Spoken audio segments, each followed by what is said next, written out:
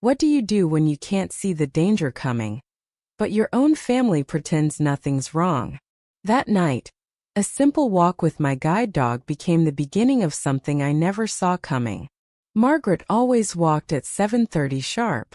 Routine, she believed, was a lifeline, not a leash. That and Max, her golden retriever with the temperament of a Zen monk and the reflexes of a caffeine-addled squirrel. For 10 years, Max had been her eyes in a world too happy to pretend the blind didn't exist. They walked their route along Maple Avenue. All clipped hedges, polite neighbors, the occasional rogue raccoon, and exactly 2 potholes you could set your watch by. She didn't need vision to see her own life had become just another background for other people's stories. The neighbors would smile as they passed, sometimes with real warmth, more often with that peculiar pity reserved for people you hope never become you. She could feel it, the careful words, the forced brightness. But Margaret was used to it. What she wasn't used to was the way her family had started treating her since Dad died. It was subtle at first, little things like her sister Janet showing up just to help, but rearranging the furniture so Margaret would trip, or her nephew Henry asking with exaggerated patience if she needed the big numbers on the microwave again, as if she hadn't lived alone for 20 years. But that night, as Max paused at the corner, tail up, every muscle coiled, Margaret had that prickling at the base of her neck. Not fear exactly. More like the memory of fear. "Good boy, Max," she whispered, fingers curling in his fur. "Let's get it over with." She could feel the shift in the air. No birds. No laughter. Even the distant hum of traffic seemed to fade, replaced by a silence thick enough to choke on. She thought she heard footsteps, too light for a neighbor, too slow for a jogger. "Evening, ma'am." The voice behind her was wrong, too close, too smooth, a snake wrapped in a polite suit. Margaret's heart slammed once hard. She turned as if sight would help, and Max pressed closer, his breath hot and trembling. "Do I know you?" Margaret managed, keeping her voice flat.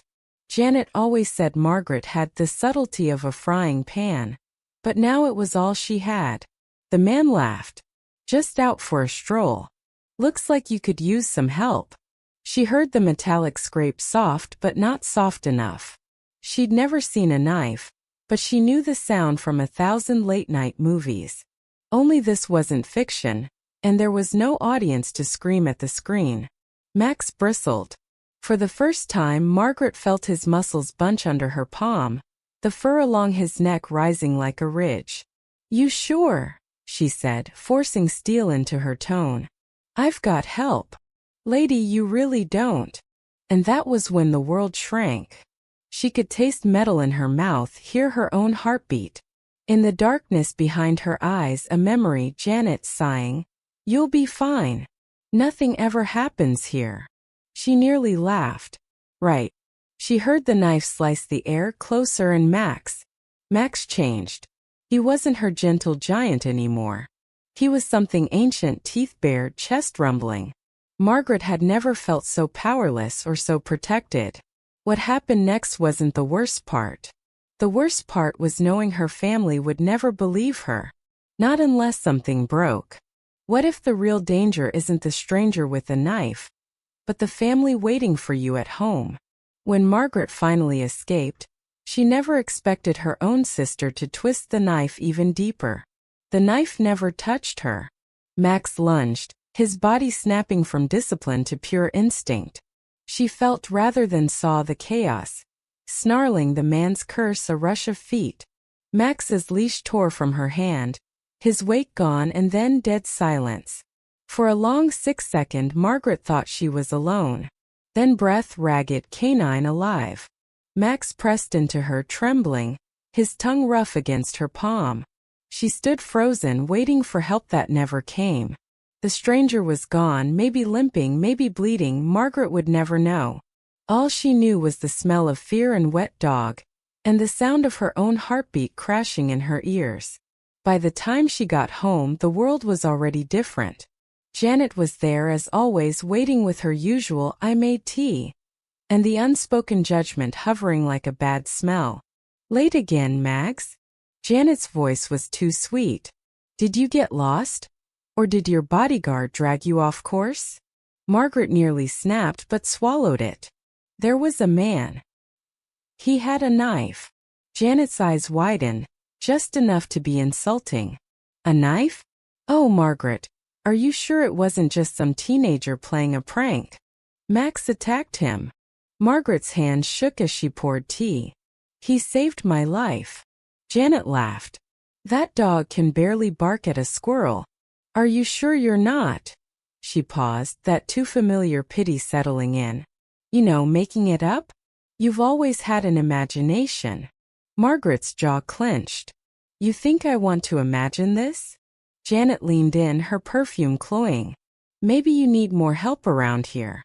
It's not safe, Margaret. I could stay. Move in even. Or we could talk about the assisted living place again.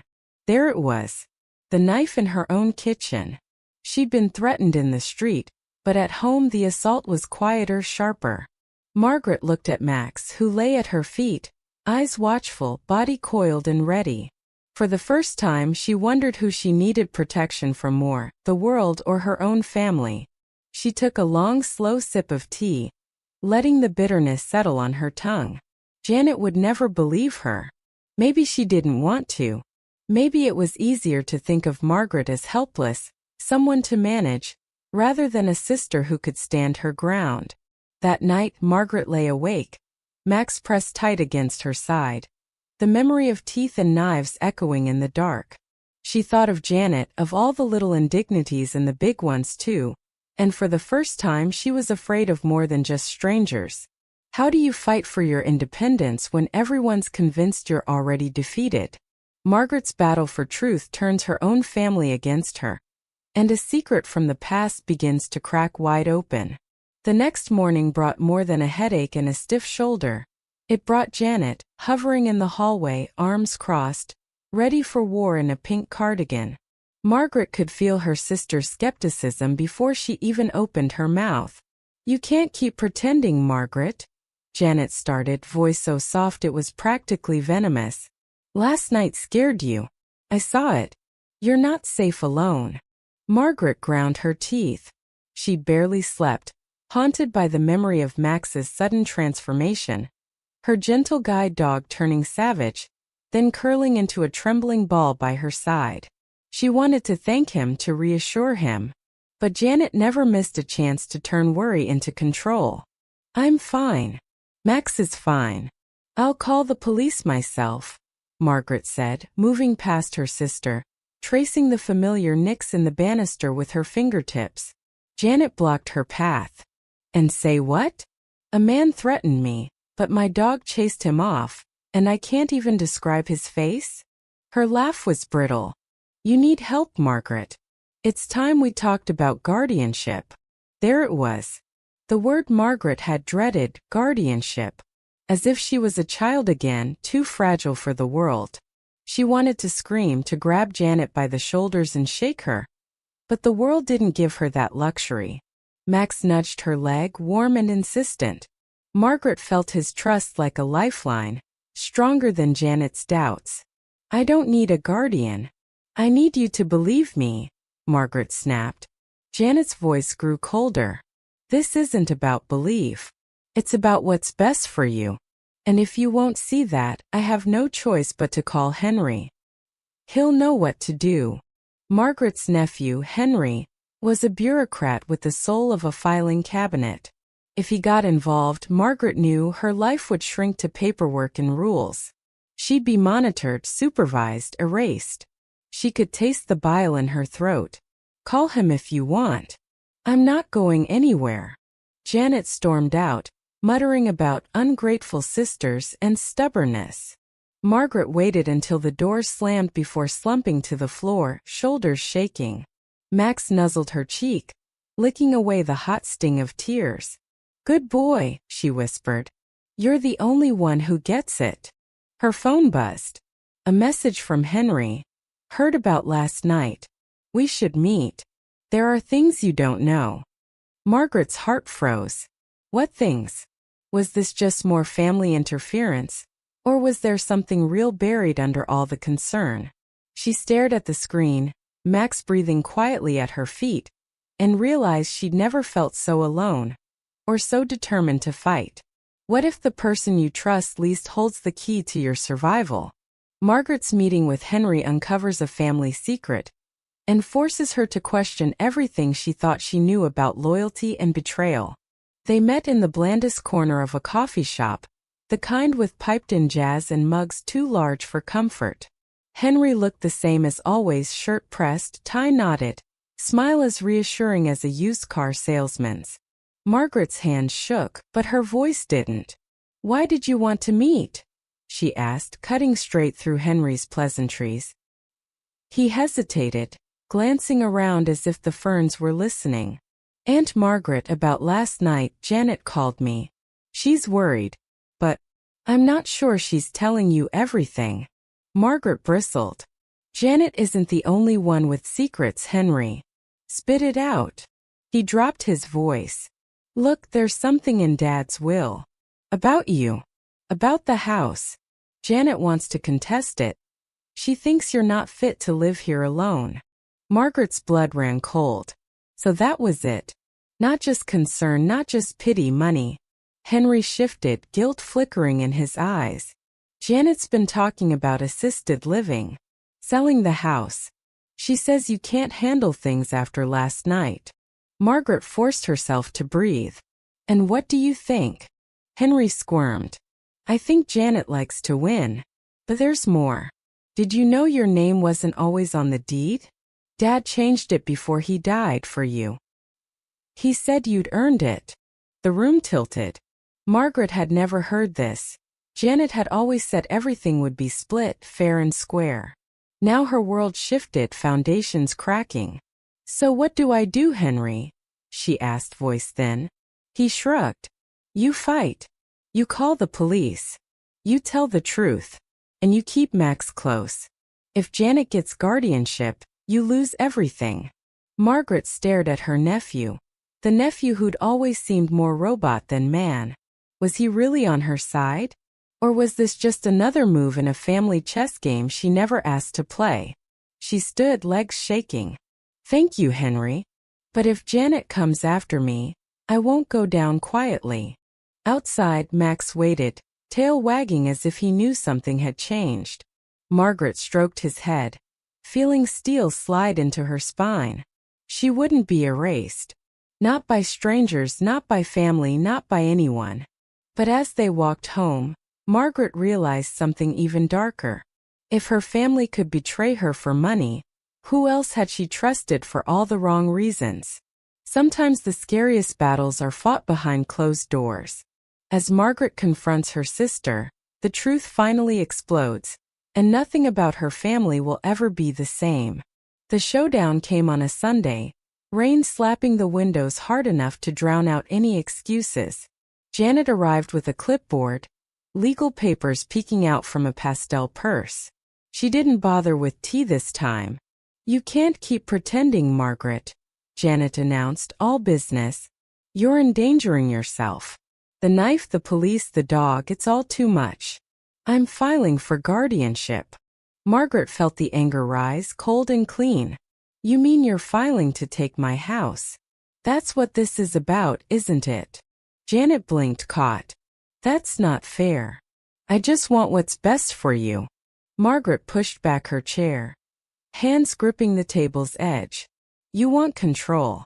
You want to win. But Dad gave me this house because I fought for every inch of my life. I'm not handing it over now." Max growled, low and fierce, picking up the tension in the room. Janet flinched, taking a step back. "I'm calling the police," Margaret said, her voice steady. "About the attack. About everything. You're not my guardian. You're just afraid I'll survive without you." Janet's composure cracked, the mask slipping. "Fine. But don't come crawling to me when you realize you can't do it alone." Margaret smiled, the first real smile in weeks. "I haven't been alone in a long time. Not with Max." Janet slammed the door on her way out, the storm raging behind her. Margaret sank into her chair. Max pressing close, warmth against her side. For the first time in months she felt like herself, battered, yes, but unbroken. Yet as the thunder rolled, Margaret wondered. Had she really won? Or was this just the end of round one? What does real freedom cost, and who pays the price? Margaret's final choice will leave you questioning everything you believe about family, forgiveness, and the power of loyalty. The days that followed were a blur of phone calls, police interviews, and whispered gossip swirling through Maple Avenue. The officers took her seriously for once. Max, after a full checkup, was declared an exceptional service animal with remarkable protective instincts. Margaret kept that certificate on the fridge, proof to herself as much as anyone. Henry checked in, tentative but real, his robotic chill warming just enough to thaw a decade's distance. You did it, he said awkwardly. You stood up to her. To all of us, really. Margaret only nodded. She felt older but lighter.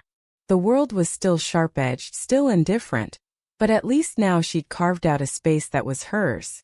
The attack faded from the neighborhood rumor mill, but her battles at home left cracks that would never quite heal.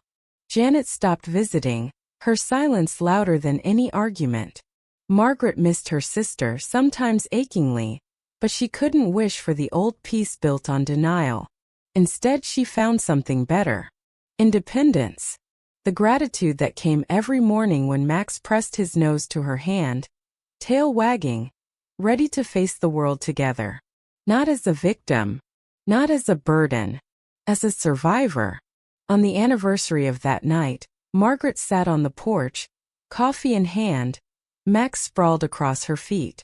She listened to the wind, the distant laughter of children, the ordinary sounds of a life hard won. I forgive you, Janet, she said to the empty air, voice steady. But I'm not coming back. I'm moving forward. Max thumped his tail, as if in agreement. Margaret smiled, her heart a little less heavy, her world a little wider. Because some battles you win by standing your ground, and some by finally letting go. Sometimes the fiercest bodyguard is the one who shows you how to fight for yourself. What does real freedom cost, and who pays the price? Margaret's final choice will leave you questioning everything you believe about family, forgiveness, and the power of loyalty. The days that followed were a blur of phone calls, police interviews, and whispered gossip swirling through Maple Avenue. The officers took her seriously for once. Max, after a full checkup, was declared an exceptional service animal with remarkable protective instincts. Margaret kept that certificate on the fridge, proof to herself as much as anyone. Henry checked in, tentative but real, his robotic chill warming just enough to thaw a decade's distance. You did it, he said awkwardly. You stood up to her. To all of us, really. Margaret only nodded. She felt older but lighter. The world was still sharp-edged, still indifferent, but at least now she'd carved out a space that was hers. The attack faded from the neighborhood rumor mill, but her battles at home left cracks that would never quite heal. Janet stopped visiting, her silence louder than any argument. Margaret missed her sister, sometimes achingly, but she couldn't wish for the old peace built on denial. Instead, she found something better. Independence.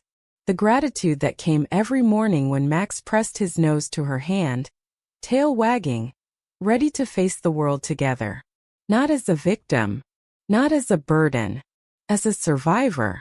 On the anniversary of that night, Margaret sat on the porch, coffee in hand, Max sprawled across her feet.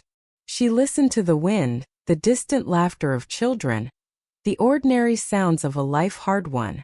I forgive you, Janet, she said to the empty air, voice steady. But I'm not coming back. I'm moving forward. Max thumped his tail, as if in agreement. Margaret smiled, her heart a little less heavy, her world a little wider. Because some battles you win by standing your ground, and some by finally letting go. Sometimes the fiercest bodyguard is the one who shows you how to fight for yourself. Can an old wound ever truly heal?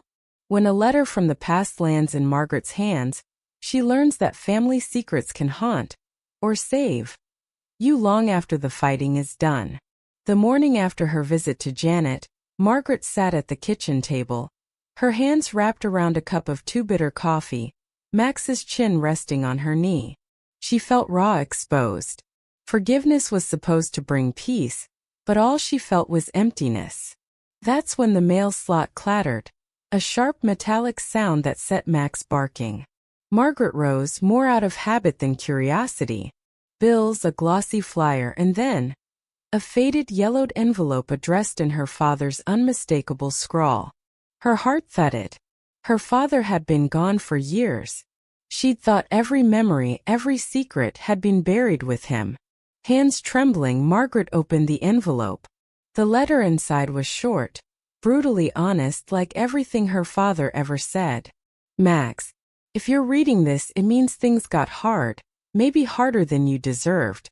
You always fought harder than anyone, even when no one saw it. I left the house in your name because I trust you. I know you'll do right. Not by me. By yourself. If Janet makes life difficult, forgive her. She never understood what it cost you. But she loves you in her way. Take care of each other if you can. If not, take care of yourself. Love, Dad. Tears blurred the words. Margaret pressed the letter to her chest. All the battles, all the nights spent second-guessing herself. Had he known? Had he seen the loneliness she tried so hard to hide? Later, Margaret found Janet's hospital room empty. Just a nurse tidying up, the TV playing low. She left the letter on Janet's pillow, no note, no explanation. Some truths, she realized, needed to be discovered alone. At home, she sat with Max on the porch, the world quiet around her. For the first time, the silence felt like an open field, not a prison. Margaret stroked Max's fur, voice steady. We're going to be okay, you and me. The future was a mystery, filled with old scars and new hope. But Margaret felt something shift deep inside. A sense of belonging, not to her family, not to anyone's version of who she was supposed to be, but to herself.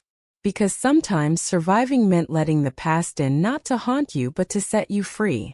But even now, as Margaret closes one chapter, life is waiting with a new twist, ready to test her courage and her loyalty one last time. When you think the storm has passed, life finds one last way to test your strength. For Margaret, the true meaning of loyalty, family, and freedom is revealed in a moment she never saw coming. The sun that day was so bright that even in her blindness Margaret could feel it. A warm spot on her face, trembling in the air like a promise of change. It seemed like everything was finally behind her. The knife attack, the war with her sister, the ghosts of old grudges, and even the heavy work of forgiveness. But life, as always, had its own ideas about justice. That morning Max was restless. He paced by the door, whining softly, sensing not trouble but a coming shift. This time, change didn't arrive as a threat. It came as an opportunity. In the middle of the day, there was a careful knock at the door. "Who is it?" Margaret called, tension tightening her shoulders out of habit. "It's Linda," came a hesitant female voice. "I'm from the support service for the visually impaired. You've been in our program, we're doing a check-in." Margaret sighed and opened the door, Max immediately pressing against her legs. Linda was young but sounded tired, the way people do when they've seen too much pain that isn't their own. "I'm not here just for a survey," Linda said as she stepped into the living room. "We have an opening in our Advanced Independence course. You're recommended as one of our most resilient clients." Margaret let out a dry laugh, almost happy. "Independence? You mean when your whole family is convinced you can't take a step without their blessing?" "Independence," Linda answered seriously, "is living how you want, no matter what anyone else thinks. You showed your family, and this whole neighborhood, that it's possible to be vulnerable and unbreakable at the same time." The words landed deeper than Margaret expected. After months of fighting, she'd learned to treat any praise like a jab. But right now, she felt it was true. She had done it. And not alone. "I'll think about it," Margaret said gently. I just need to make sure Max is ready for a new adventure. Linda smiled. Your dog is a legend in our organization. They want him to help train the younger guide dogs. This news brought not fear but a surge of pride and a small cold ache. To share Max? To let go of the one who'd been her true bodyguard and friend? And what if I'm not ready to let go? Margaret asked, her voice barely above a whisper. You won't be letting go. You'll be giving others the chance to experience the loyalty you did. Linda answered as if she'd read her mind. That evening, Margaret sat for a long time on the porch, Max beside her. You know, old boy, I used to think I'd lose everything if I let down my guard. Turns out, you only become free when you stop being afraid to lose. Max put his head on her lap, as if agreeing. True loyalty isn't about fear of loss, but about the courage to let go. The next day, they set out together for the first class. This new chapter began not with a threat, but a choice. No one would tell Margaret anymore how to live, who to trust, or when to ask for help. Now she knew what independence really meant. Not loneliness, but being honest with yourself and those you care about. And looking back at the road behind her, Margaret finally saw not just the darkness around her, but the light within. Because the most important thing in life isn't to conquer fear, but to learn how to live in spite of it. This story isn't about an attack. It's about overcoming. About how, even when you can't see the road ahead, you can keep moving forward if you have someone truly loyal by your side. A golden puppy fights for breath, chained to a drowning log as icy water rises. On the muddy shore, Eli, haunted and angry, freezes at the sound of a single whimper. One look locks their fates. The storm screams. Seconds decide everything. This is the moment no one can take back. The chain dug deeper with every shiver. Cold river water crawled higher, swallowing the puppy's trembling legs, then his belly. Sonny's head pressed against the rotten wood, breath coming in sharp, tiny bursts, the metal collar cutting tighter each time he moved.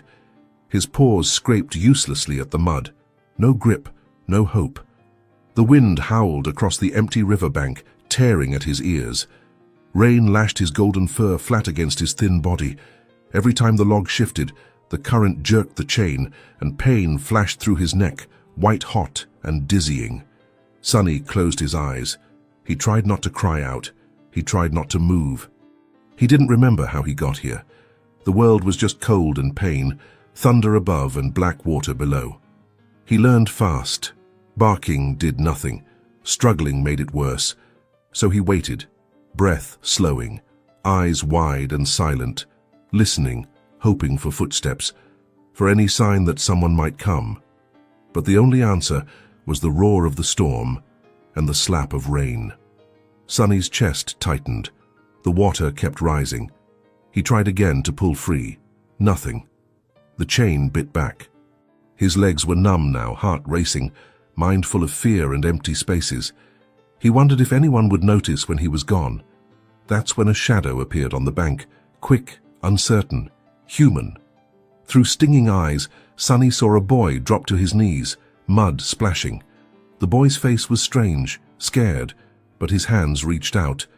Their eyes met, pleading, wild, desperate. The boy slid closer, soaked and shaking, arms outstretched through the rain. Sonny felt something, hope, terror he couldn't tell. The chain pulled tighter, the world tilted. He let out a soft, broken whimper, barely a sound.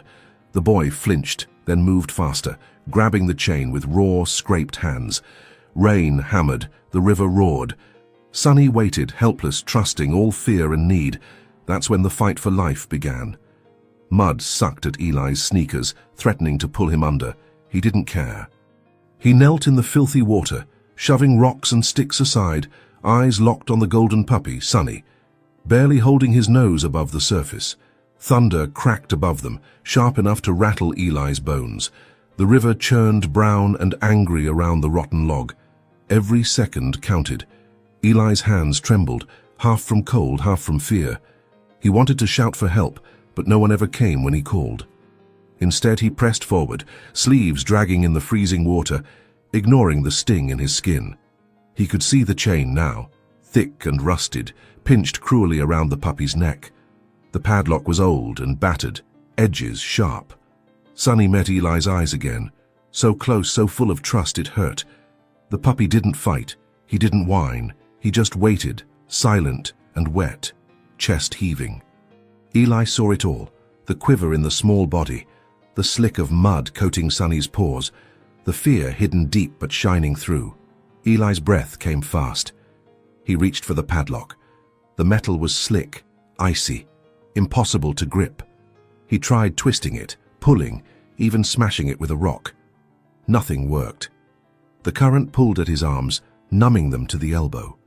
Water splashed into his mouth, bitter and dirty. He spat it out and tried again. The storm above grew louder. Rain hammered his back, ran down his face, filled his eyes. Somewhere far away a car door slammed, then nothing but the river's roar. Eli swallowed hard. He could feel panic clawing up his throat, memories of all the nights he'd hidden in his room, hands over his ears waiting for the fighting to stop. Not now, he thought, not with Sonny watching. He glanced up and down the bank, desperate for something, anything to help. All he saw was trash, broken glass, a length of driftwood. The puppy whimpered so softly Eli almost missed it.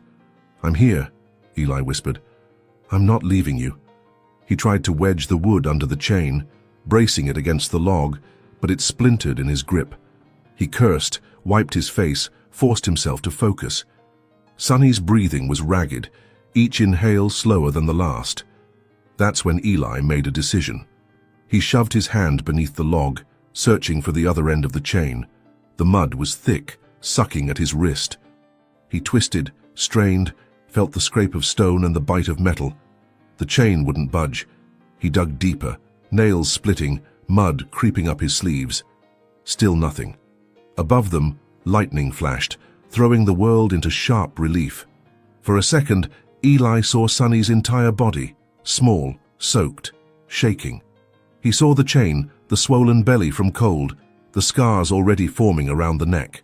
He squeezed his eyes shut, blocking out the storm, the river, the past. He thought of the shouting back home, the broken dishes, the way no one ever said sorry. He wasn't going to fail, not now, not with someone who needed him. He opened his eyes, heart pounding. "One more time," he muttered. He shoved both hands beneath the water, gripping the chain with everything he had. He pulled, twisted, gritted his teeth. The puppy watched, silent, trusting. Mud oozed between Eli's fingers. He felt something shift, a tiny click, a grinding sound. The chain gave an inch, then another. The log jerked. Water rushed in, filling Eli's boots, knocking him sideways. He scrambled for balance, arms flailing, head dipping under the surface for a terrifying second. He came up sputtering, spit river water, blinked it from his eyes. But the chain had loosened, just a little. Sonny's head was higher now, barely. The puppy licked Eli's wrist, weak but grateful. Eli's heart twisted. He leaned in, ignoring the cold, ignoring the ache in his shoulders. "Hold on," he said, louder this time.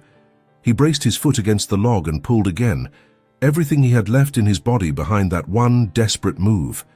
The padlock slipped on the metal, squealed, then popped open, just enough for the loop to drop.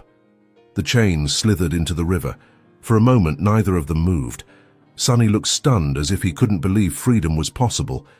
Eli stared back, chest heaving, arms shaking, both of them soaked, filthy, and breathless. Then Sonny lunged forward, collapsing into Eli's lap, body shivering, tail thumping weakly. Eli wrapped his arms around the wet puppy, holding tight, pressing his cheek into damp fur. He felt the heartbeat, fast and terrified and real. "It's okay," Eli whispered, voice cracking. "You're safe. I've got you." Rain still hammered down, the storm nowhere near finished. The river rushed past, hungry and wild. But in that circle of mud and fear and hope, something shifted inside Eli. A warmth, small but growing, something he'd almost forgotten was possible. He stood up, cradling Sonny, the puppy's head tucked beneath his chin. Both of them shook, teeth chattering, but neither cared. Eli climbed the slippery bank, boots squelching, heart pounding. At the top, he paused, looking back at the spot where the chain had fallen.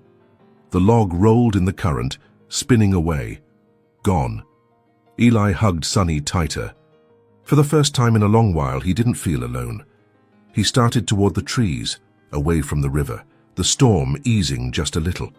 Behind him, the water rushed on, carrying secrets away. But Eli knew one thing for sure.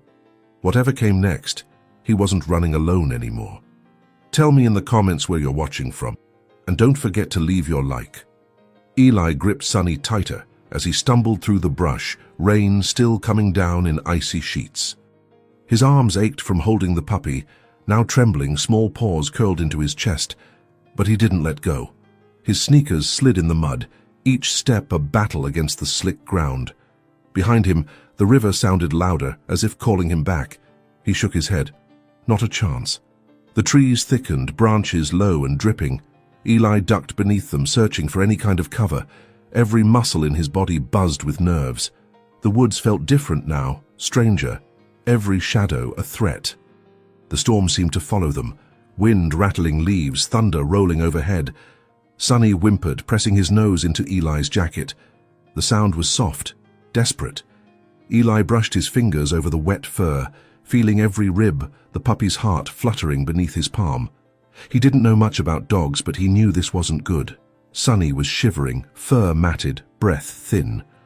"We're okay," Eli whispered, though he wasn't sure who he was trying to convince. "We just need somewhere warm. Somewhere safe." He thought about the houses lining the next road. He could almost see the lights glowing in their windows, could almost hear the laughter. But Eli had learned not to expect kindness behind closed doors. He hesitated, weighed the risks. Taking Sonny to a neighbor could mean help, or questions he couldn't answer. His mind raced through every option, each one slipping away like water through his fingers. He glanced down at Sonny, saw the dog's eyelids droop, his body limp. Fear rose in Eli's chest. He set his jaw. One thing at a time. Shelter first. He pushed deeper into the woods, searching for the old hunting shed he'd seen once, a place forgotten by everyone else, half swallowed by vines. The wind howled, blowing rain sideways. Eli ducked his head, squinting against the cold, every step harder than the last. The trees finally opened up to a clearing. There, leaning crooked among the weeds, was the shed, roof sagging, door half hanging on rusty hinges. Eli hurried across the clearing, boots squelching in the mud. He jostled the door, metal groaning, and slipped inside. It was dark, close, full of the smell of old wood and damp earth. Eli knelt and set Sonny down on a patch of dry boards. The puppy tried to stand, legs wobbling, then collapsed in a heap. Eli dropped to his knees, panic in his throat. "Come on," he pleaded, rubbing Sonny's sides, trying to warm him. "You're okay. You made it this far." Sonny's breathing was ragged, eyes dull. Eli fumbled in his pockets, searching for anything. Candy wrappers, a wrinkled napkin, a cracked phone with 2% battery. Useless. He peeled off his hoodie, wrapped it around Sonny, and hugged the puppy close. The dog's body was still cold, but at least he was dry. Lightning flashed outside, painting the world in stark white. Eli heard a car engine in the distance, headlights bouncing between the trees. He tensed, held his breath, heart thudding loud in the tiny space. Would someone come looking? Would they find them? For a moment, the fear of being caught, of losing Sonny, of having to answer questions, felt as sharp as the cold. But the car moved on. The woods swallowed the sound. Eli relaxed just a little and focused on Sonny. He dug into his backpack, searching for food. Nothing but a granola bar, half crushed, nearly stale. He broke it in half and held a piece to Sonny's nose. The puppy sniffed, licked once, then turned away. Eli tried again, softer this time. "You need it. Just a little." After a long pause, Sonny took a bite, then another, small and shaky. Eli smiled, relief blooming in his chest. "That's it. Good boy." For a while, neither of them moved. Rain drummed the shed roof, steady and constant. Eli pressed his back to the wall, knees drawn up, watching Sonny. The fear didn't leave. If anything, it grew sharper in the stillness. What if Sonny got sick? What if someone found them? What if the storm never let up? He thought of home, of the cracked windows and shouting voices, of the feeling that nothing was ever safe, not really. He looked at Sunny, scared, shivering, fighting to survive, and felt a connection deeper than words. He knew what it was to wait in the dark, hoping someone would notice. A branch snapped outside. Eli froze. His body tensed, heart pounding so loud he thought Sunny must hear it too. Footsteps. He pressed himself flat against the wall, hand over Sunny's back, ready to run. Shadows moved across the gap beneath the door, one, maybe two shapes. Eli held his breath. The steps paused. The door rattled. Eli clenched his fists, ready for the worst. But then the voices faded, footsteps moving on, lost to the storm. Eli let out a breath he didn't know he'd been holding. He turned to Sunny, voice low. "We're okay, for now." He shifted closer, wrapping his arms around the puppy, both of them shaking. The storm raged on, but inside the shed they were together, survivors clinging to warmth. Eli stared at the ceiling, watching rain leak through the cracks. His thoughts ran wild, about what came next, about whether he could keep Sunny safe, about whether anyone would care if he disappeared. He closed his eyes, listening to Sunny's slow breathing, feeling the puppy's weight pressed against his side. In the silence, a promise took shape inside him, a silent vow he would not break. He wouldn't let Sunny down. He wouldn't leave him behind. Whatever came next, they would face it together. The shed grew darker as the storm dragged on, the world outside blotted out by sheets of rain. Eli barely noticed the cold anymore. He sat with his back pressed to the wall, knees drawn to his chest, holding Sunny close. The puppy's breathing had steadied, but each little twitch, each sigh sent a jolt of worry through Eli's chest. Thunder shook the walls, rattling old nails in the wood. Somewhere nearby, a branch fell with a splintering crack. Eli flinched, tightening his grip on the hoodie wrapped around Sunny's body. He checked the puppy's neck, fingers trembling. The fur was rubbed raw where the chain had been, skin broken in places.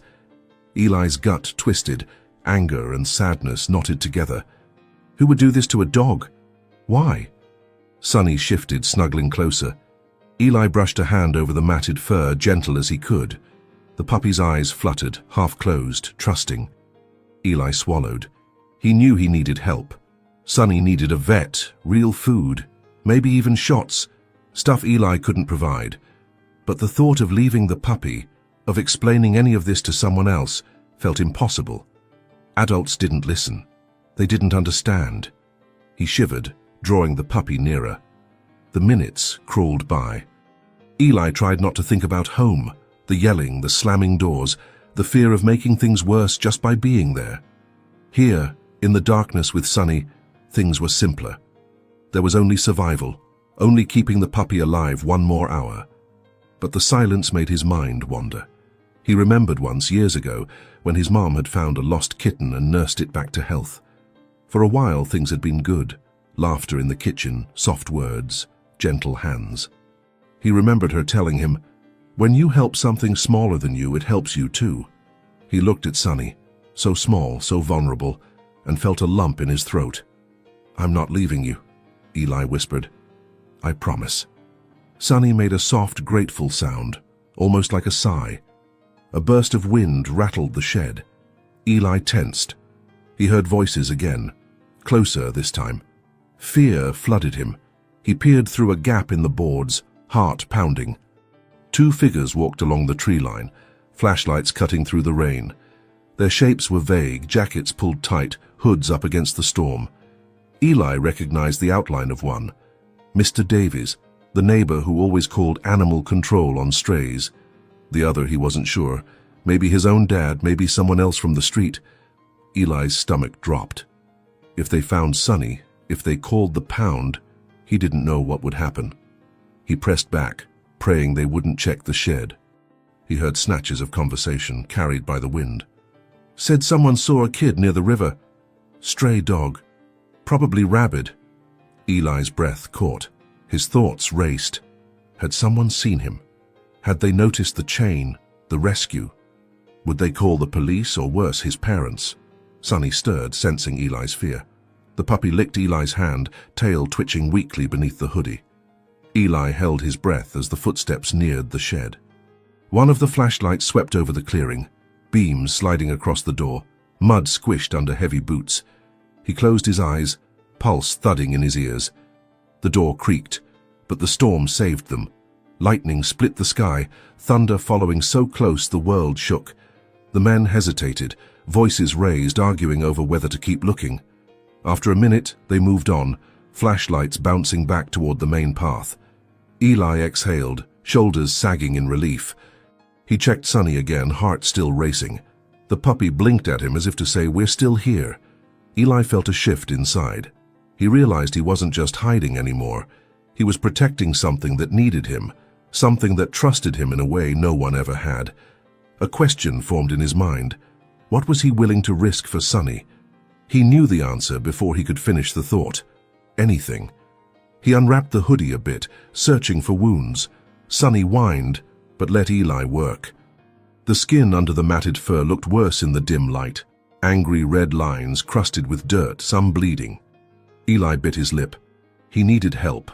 Real help. But that meant trusting someone, risking losing Sonny, risking being sent home, or worse, losing the only thing that made him feel brave. His phone buzzed. He glanced at the cracked screen. One bar of signal, a missed call from home, then the battery blinked out. Dead. No way back. Not tonight. The storm began to ease. Rain thinned to a steady drizzle, lightning growing distant. Eli listened to the quiet, the sound of Sonny's breath, the slow, steady beat of a heart that refused to give up. For the first time, Eli let himself hope. Just a little. Maybe they could make it until morning. Maybe he could sneak into town, find food, maybe even a way to get Sonny help without losing him. He thought about all the people who had walked past the riverbank that morning, eyes down, not seeing the puppy tied to the log. He wondered how many others would have kept walking, even if they had noticed. He wondered what made him different. He looked down at Sonny. The puppy gazed back, trust shining in tired eyes. "Tomorrow," Eli whispered, making another silent promise. "I'll find a way. You're not going back. I swear." He huddled closer, wrapping his arms around the puppy, feeling the steady rise and fall of Sonny's breath. For the first time in a long while, Eli didn't feel invisible. He felt needed. Strong. As the night deepened and the storm faded, Eli realized the world was bigger than his house, bigger than the fear he carried. Here, in the dark with Sonny, he found something no one could take, a reason to keep going, no matter what waited outside. The night slowly surrendered to morning. Light crept into the shed through broken boards, painting everything in dull blue-gray. Eli hadn't slept. He'd watched Sonny through the long, cold hours, every shiver, every little breath, afraid to close his eyes even for a second. When the storm finally eased, the silence outside felt as heavy as the thunder had been.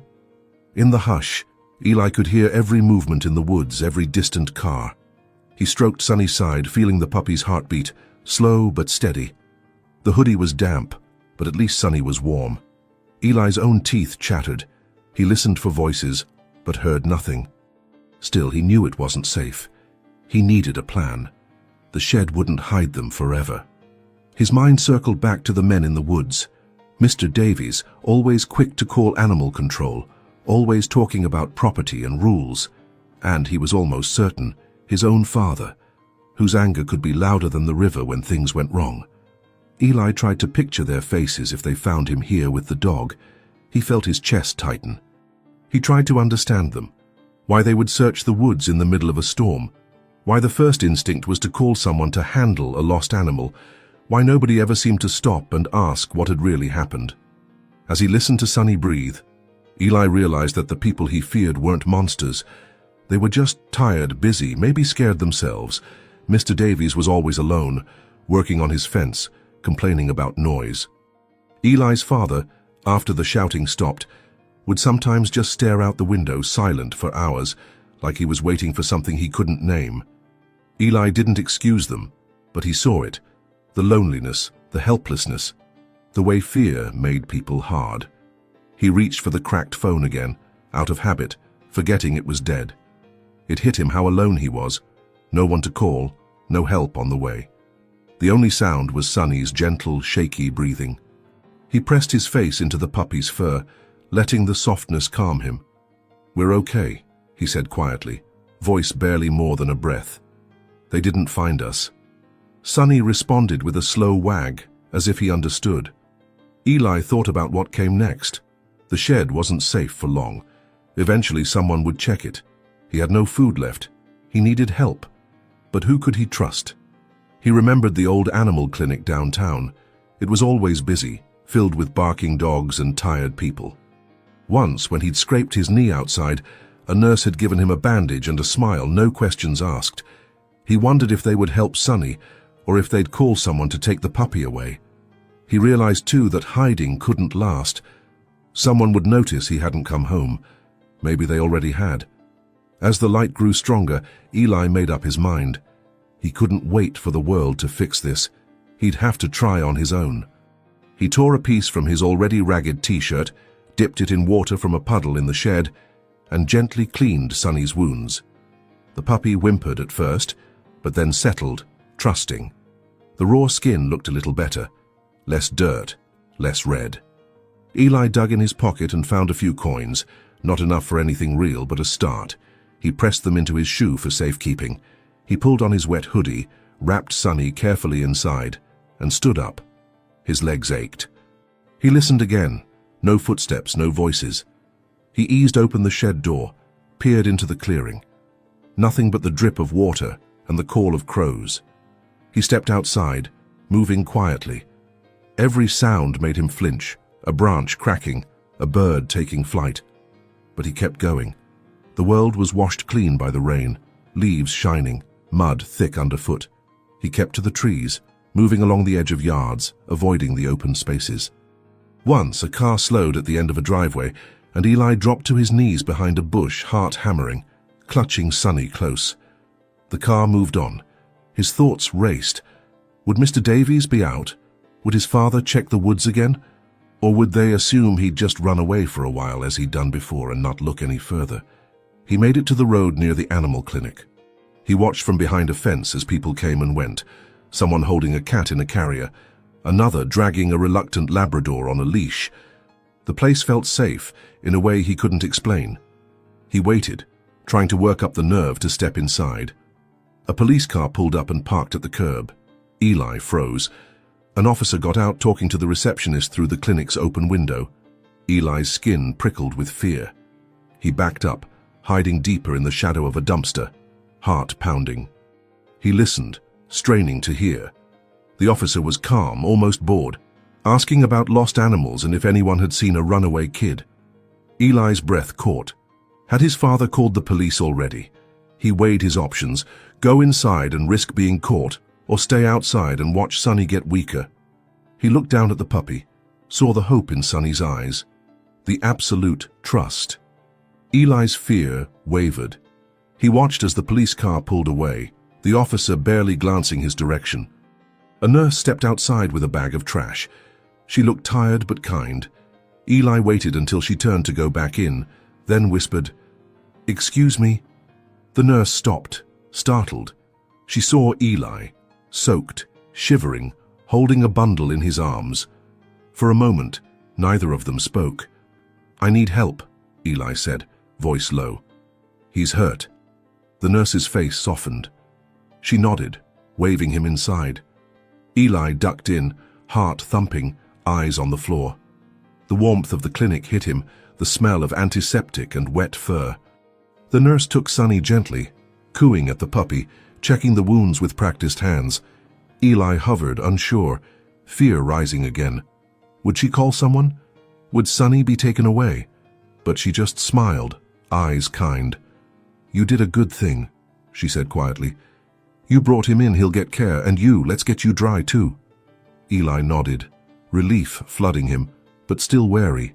He wouldn't let his guard down. Not yet. The nurse called for a vet, her voice calm and steady. As Sonny disappeared behind the exam room door, Eli's resolve hardened. No matter what happened, he wouldn't walk away. Not from Sonny. Not now. Eli sat in the worn plastic chair just inside the animal clinic's lobby, rainwater dripping from his sleeves, shoes leaving muddy streaks on the tile. His whole body ached from the night in the shed and the mad run across town. Every few seconds, he glanced down the hallway where the nurse had disappeared with Sonny. The waiting room was bright and humming, phones ringing, soft voices, the distant thump of a tail against a kennel. Eli tried to shrink into himself, afraid of questions. He wondered if he looked as rough as he felt. People came and went, a woman with a parrot in a towel, an older man with a shaking dachshund. No one seemed to notice Eli much. He was used to that. His mind buzzed with worry. What if the vet said it was too late? What if they decided Sonny was a stray, or worse, called animal control, or called his parents? The fear settled in his stomach like a stone, but for the first time, he also felt something different, a faint sense of hope. He'd gotten Sonny this far. The puppy was out of the river, out of the storm, away from the chain. That had to count for something. A door creaked open. The nurse returned, wiping her hands on her scrubs. She gave Eli a small, real smile. "He's a tough little guy," she said softly, sitting down next to him. "You did the right thing. He's stable now. The vet's cleaning his wounds, getting him some fluids. He'll need rest and food, but he should pull through." Eli nodded, swallowing hard. He felt something loosen in his chest. "Do you know his name?" the nurse asked gently. "Sonny," Eli said, his voice barely above a whisper. "I just picked it." "It fits," she replied, eyes kind. The nurse looked at him for a moment, as if trying to read all the things he couldn't say. "Where are your parents?" she asked. Eli hesitated, eyes fixed on his wet sneakers. "They don't know I'm here," he said finally. "They wouldn't understand." She didn't push. "You're safe here for now. We'll help your dog. Would you like some water? Something to eat?" He nodded. "Please." She brought him a plastic cup and a sandwich from the staff fridge. The first bite tasted like the best thing he'd ever eaten. He realized he was starving. The nurse returned a few minutes later with a dry blanket and set it around his shoulders. "You did something brave," she said, voice low. "A lot of people would have walked by." Eli shook his head. "He was just down there. I couldn't leave him." For a moment he almost told her everything, about the house, the yelling, the loneliness, but the words stayed stuck. Instead he asked, "Can I see him?"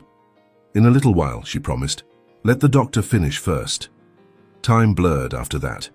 Eli drifted in and out of a daze, every sound from the back rooms snapping him awake. The clinic's windows brightened as the rain faded. He watched cars pull up and leave. At one point he spotted Mr. Davies' truck parked across the street, but the man never came inside. Every so often someone at the front desk asked, "Do you need to call anyone? Are you okay?" Eli always shook his head. They didn't press. He realized the staff here saw lost kids, scared animals, and tough cases all the time. Maybe that's why no one judged him or forced him to explain. He was grateful for the quiet acceptance. Finally, the vet, a middle-aged woman with tired eyes and a steady smile, appeared at the door. "Eli," she called. He shot to his feet. "He's awake," she said. "He'll need a lot of care. He was dehydrated and exhausted, but he's strong. You saved his life." Eli followed her down the hallway, heart thumping.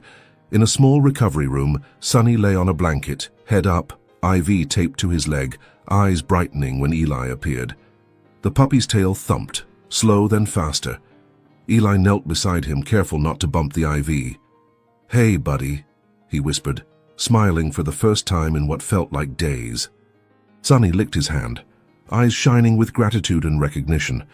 The vet knelt down. "He trusts you," she said softly. "That's rare." Eli stroked Sonny's head. "I promised him," he said, voice catching. "I'm not leaving." The vet nodded. "He'll need a safe place to recover. And, Eli, we do have to ask, are you able to take care of him? Is there someone at home who can help?" Eli's stomach twisted. "I don't know," he admitted. "It's just, complicated." She nodded, not pushing. "We'll keep him for a day or two, make sure he's okay. You can visit any time. And if you need help for yourself too, just tell us." Eli looked at Sonny, alive, safe, and finally resting. The worst of the fear slipped away. replaced by something steadier. A quiet sense of possibility. He could come back. He could make sure Sonny never had to be afraid again. As he left the recovery room, Eli caught his own reflection in a glass door. He barely recognized the tired kid with mud on his face, but he also saw a glint of something new. Determination. The sense that maybe, just maybe, he could change things for the better. In the lobby, the nurse pressed a slip of paper into his hand. A list of local shelters, hotlines, and a note. If you need anything, call. Eli tucked it into his pocket, heart heavy but full. He stepped outside into the sunlight, air washed clean by the storm. For the first time in a long while, he didn't feel invisible. He felt seen. By Sonny, by the people at the clinic, maybe even by himself. The road ahead was still uncertain. He would have to face home, answer questions, figure out how to keep Sonny safe. But for now, he had a victory. He had saved a life. And in a small but important way, he had saved himself too. Eli lingered outside the clinic longer than he meant to, clutching the nurse's note, replaying her words. If you need anything, call. He wondered what it meant to really ask for help. He wondered if he even could. He turned the paper over in his hands, then glanced back at the glass door where Sonny rested, visible through the cracked blinds. The puppy was curled up, finally asleep, a faint line of drool on the blanket where his nose pressed. Eli smiled, relief and worry swirling together. He'd promised not to leave Sonny, but he couldn't stay here forever. Home was waiting. He would have to go back and face it. His shoes left muddy prints on the sidewalk as he started toward his house. With each step, the familiar tension returned, the dread of opening the front door, of what might be waiting inside. He paused at the street corner, weighing his options. He could disappear for a few hours, maybe even a day, but eventually, people would come looking. Eventually, someone would ask about the missing boy from the riverbank. He pulled his hood up and walked the last block, heart pounding. The house was silent when he reached it, the yard still muddy from the storm. He wiped his feet at the door, out of habit, and slipped inside. The quiet felt heavy, like a test. Eli half expected his dad to be sitting in the kitchen, waiting to pounce, but the house was empty. Only the clock ticked on the wall, loud and steady. He took a breath and called out, "I'm home." No answer. He dropped his wet bag in the hallway and found a note on the counter in his mom's handwriting. "Call when you get home." There was a number for the police station. For a moment, Eli's chest tightened. He almost crumpled the paper, but instead he sat down at the kitchen table, stared at his scraped hands, and tried to gather his courage. He could lie. He could say he got lost, say nothing about Sonny, say nothing about the river or the shed. But the thought of hiding what happened felt wrong. He owed Sonny the truth, at least once in his life. His fingers dialed the number. The phone rang, then a tired officer picked up. "This is Eli, I'm home," he said. I was out all night, I found a dog. He was in trouble." There was a pause. Then the officer asked, "Are you safe? Is anyone else with you?" "No, just me," Eli replied. "The dog is at the animal clinic on Main Street." After a few more questions, the officer told Eli someone would stop by soon to check in. "You did the right thing bringing the dog in," she said, her tone gentle but weary. "Don't go anywhere." Eli hung up, his heart thudding. He felt exposed, like the truth would bring punishment, not relief. Still, he waited, sitting at the kitchen table, rainwater puddling beneath his feet. An hour passed before a knock came at the door. Eli opened it to find a social worker, a police officer, and behind them his father. His father's face was a mix of anger, confusion, and something softer, almost like fear. "Where the hell were you?" his father snapped, voice cracking. "We've been worried sick." Eli wanted to yell back, but he saw the rawness in his father's eyes. Instead, he kept his voice steady. "I had to save him. The puppy. Someone chained him to a log in the river. If I hadn't found him, he would have died." The social worker stepped in, calm and direct. "Eli, we're just glad you're safe. The clinic called us when you left. They said you did something brave." His father's shoulders slumped. He looked at the floor. For a moment, no one spoke. Eli tried to explain about the storm, about finding Sonny, about the shed and the run to the clinic. His father listened, hands trembling, jaw clenched. The officer listened too, scribbling notes, but never interrupting. The social worker asked Eli about home, about school, about what he needed. Eli answered honestly, about the yelling, about how alone he felt, about why he'd rather risk everything than let another creature suffer. His father's anger faded as he listened. In its place, Eli saw something break open, a realization maybe, or just the start of regret. "I didn't know," his father said finally, voice low. "I didn't know you felt that way." Eli shrugged, tired. "You never asked." The silence stretched. Eli felt himself start to shake, but he held it together. The social worker cleared her throat. "What do you want to happen, Eli?" Eli looked at the floor, then up at his father. "I want to keep Sonny. I want things to change at home. I want to feel safe." His father nodded, swallowing hard. "We can try." It wasn't a promise, it wasn't forgiveness, but it was something. The officer made a few more notes, then left. The social worker explained that someone would check in, that Eli and his dad could get help if they wanted it. She handed Eli a card. "Call if you need anything," she said. As they left, Eli's father stood in the doorway, watching the rain start up again. He turned to Eli, quieter than before. "You really saved that dog?" he asked. Eli nodded. His father looked away, hands in his pockets. "I guess we better go visit him then.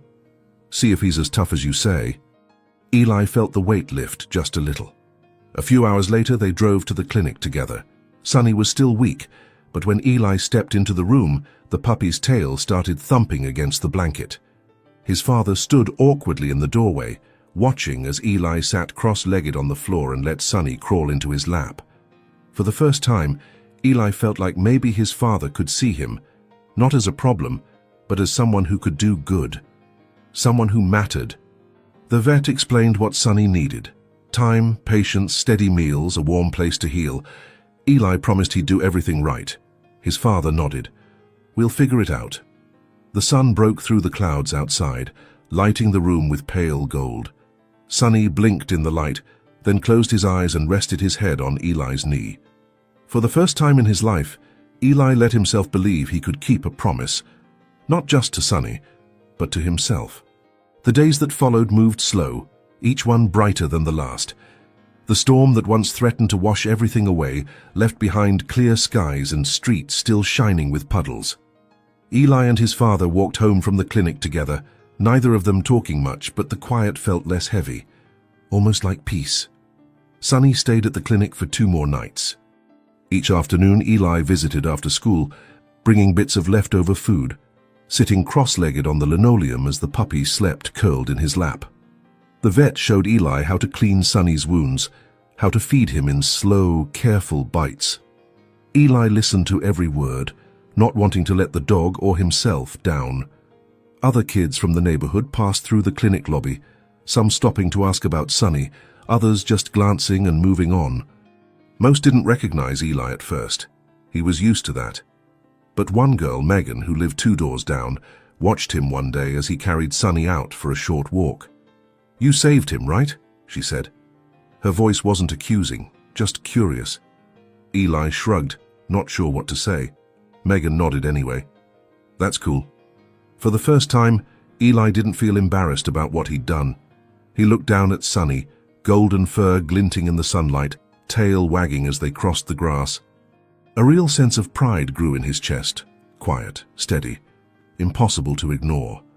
Back at home, things didn't change overnight. The shouting didn't disappear, but it softened. Eli's dad started leaving work earlier. He cooked frozen dinners and sat across from Eli at the kitchen table, both of them clumsy with words but trying. One night, Eli's dad pushed a plate across the table and cleared his throat. "You ever had a dog before?" Eli shook his head. "No." His dad nodded, looking down at his hands. "Me neither. Guess we'll learn together." It wasn't much, but it was enough. Sonny came home on a Wednesday, a thin blue leash clipped to his collar and a cardboard box full of medicine and bandages. The nurse handed Eli a sheet of instructions. Feed him this, check his wounds, call if there's trouble. Eli folded the paper carefully, promising to do everything right. The first night, Sonny slept on Eli's bed, curled against his feet. Eli stayed awake for hours, listening to the soft, even breath of the puppy, comforted by the weight at the end of the blanket. For the first time in as long as he could remember, he wasn't afraid of the dark. In the morning, Sonny woke him before the alarm, paws scratching at the door. Together they crossed the yard, dew on the grass, the world fresh and new. Eli looked at the sky, clear, blue, wide open. People in the neighborhood started noticing. Mrs. Grant, who always walked her old terrier, stopped to ask how Sonny was healing. Mr. Davies, the neighbor who once called animal control, waved at Eli from his porch, an awkward nod but a start. Sometimes kids from school pointed out Sonny's scars, but Eli just said he's a fighter and let them pet his head. Slowly, the wounds on Sonny's neck began to heal. His fur grew soft again, tail wagging more each day. He chased leaves across the yard, learned to sit for treats, barked at every passing car. In his eyes, Eli saw a joy he'd never known, simple, fearless, whole. Eli started talking to his dad too, about things that mattered and things that didn't. Some nights were still rough, old habits die hard, but they both tried. When things got too loud, Eli would grab Sonny's leash and head out, letting the puppy pull him through the streets until the world felt quiet again. At school, Eli wrote an essay about the bravest thing you've ever done. He wrote about the river, about finding Sonny, about the promise he made in the rain. When the teacher read it aloud, no one laughed. Megan caught his eye and smiled. He never called the hotline on the nurse's card, but he kept it in his pocket, a reminder that there were people out there who would help if you asked. One afternoon, the vet called to check in. "He's strong," she said. "You did a good job. Remember, you can bring him back for checkups any time." Eli thanked her, feeling the words settle deep inside him. Months passed. Sonny grew into his name, bright, warm, always at Eli's side. The chain around his neck was replaced by a soft collar, the scars faded into memories. Eli changed too. He stood taller, spoke louder, felt braver than he ever had before. People in town started saying, "That's the boy who saved the dog." Sometimes Eli smiled and waved. Sometimes he just bent down and ruffled Sonny's fur, grateful for the chance to be seen, not for what he'd survived, but for what he'd chosen. One night, sitting on the porch, Sonny pressed his nose into Eli's hand. The sky above was wide and full of stars.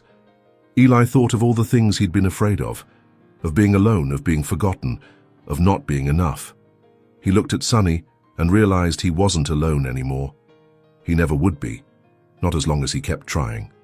Inside, his dad called him for dinner.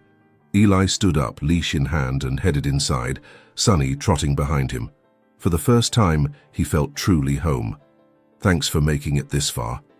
But don't leave yet. On the screen next to you, there's another exciting story. Click subscribe to the channel and share. I'll be waiting for you there.